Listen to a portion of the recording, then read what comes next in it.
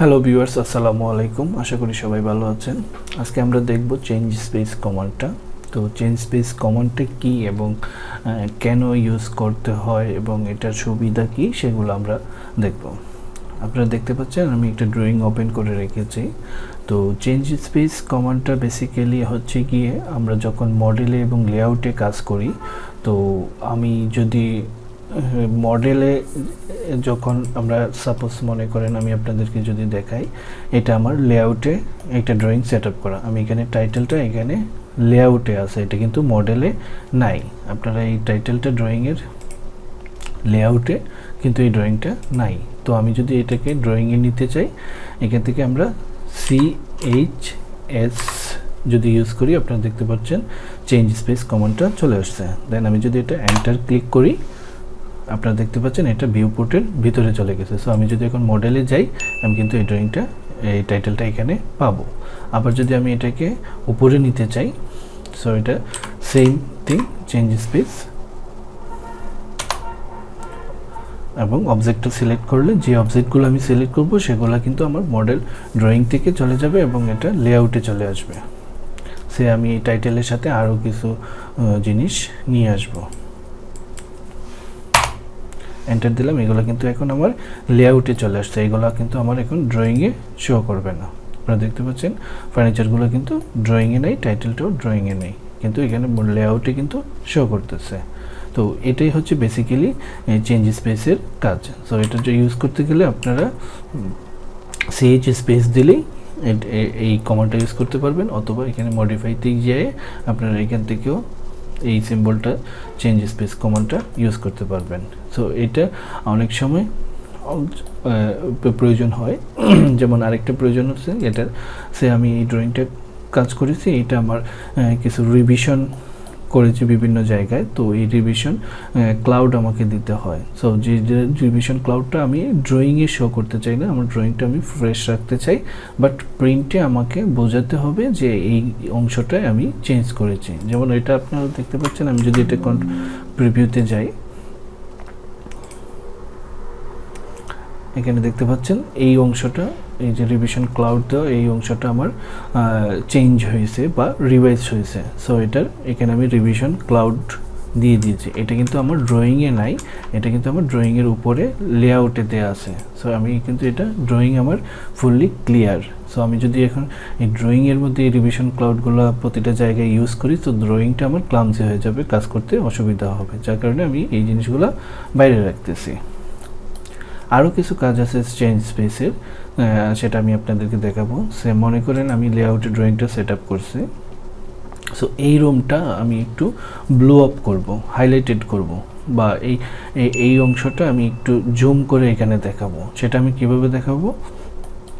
সে মনে করেন এখানে আমি একটা সার্কেল নিলাম, এই রুমটা আমি একটু ব্লু আপ করে এখানে দেখাবো। সো আমি এখানে আরেকটা সার্কেল নিচ্ছি,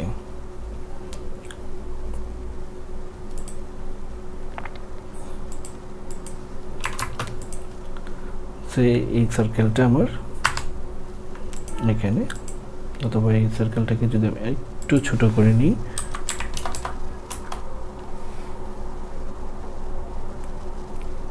ডায়ামিটার 70 বা 65। তো আমি জাস্ট আপনাদেরকে দেখানোর জন্য এখানে একটা সার্কেল নিলাম।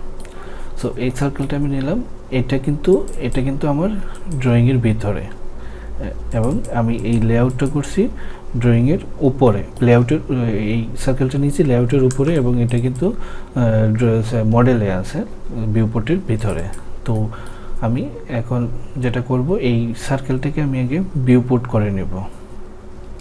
সেটা আমি আমার আরেকটা ভিডিওতে আপনাদেরকে দেখিয়েছি কীভাবে ভিউপোর্ট সেট আপ করতে হয়, কীভাবে ভিউপোর্ট নিতে হয়, ভিউপোর্ট অ্যারেঞ্জ করতে হয়, স্কেল সেট আপ করতে হয়, এটসেট্রা। আপনারা যদি দেখে না থাকেন তাহলে চ্যানেল প্লেলিস্টে ভিডিওটা আছে, আপনারা চাইলে দেখে নিতে পারেন। সো আমি ভিউপোর্টটা জাস্ট সার্কেলটা ক্লিক করলাম, আপনারা দেখতে পাচ্ছেন যে আমার এটা ভিউপোর্টটা হয়ে গেছে। সো এখানে ফুল ড্রয়িংটা আমার চলে আসছে। তো আমি ফুল ড্রয়িংটা নিতে চাই না, আমি শুধু এই সার্কেলটা নিতে চাই। সো আমি জুম করে এই সার্কেলে ক্লিক করলাম, zoom,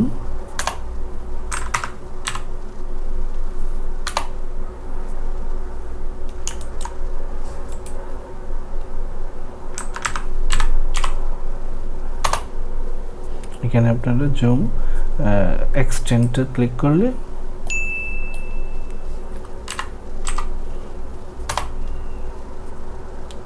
zoom all centre dynamic extend অবজেক্টে ক্লিক করব। আমি অবজেক্টে ক্লিক করে আমি এই অবজেক্টটা সিলেক্ট করে এন্টার দেব।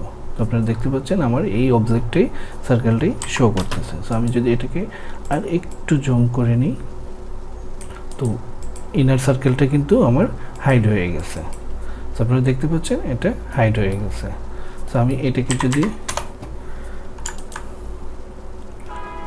কোয়াড্রেন্ট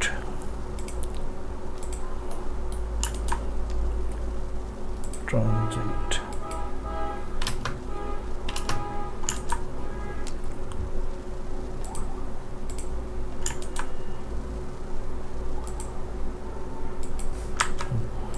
এই লাইনটাকে আমি টাইপটা চেঞ্জ করে দেবো লাইনের ড্যাশ। সো আপনারা দেখতে পাচ্ছেন এই সার্কেলটা আমি এখানে জুম করে দিয়ে দিলাম। সো এইভাবেও আমরা এইসব কাজের জন্য আমরা চেঞ্জ স্পেসটা আমাদের প্রতিনিয়ত কমান্ডটা ইউজ হয়।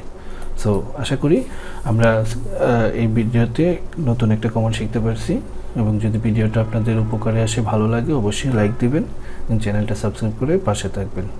সবাই ভালো থাকবেন। আল্লাহ হাফেজ।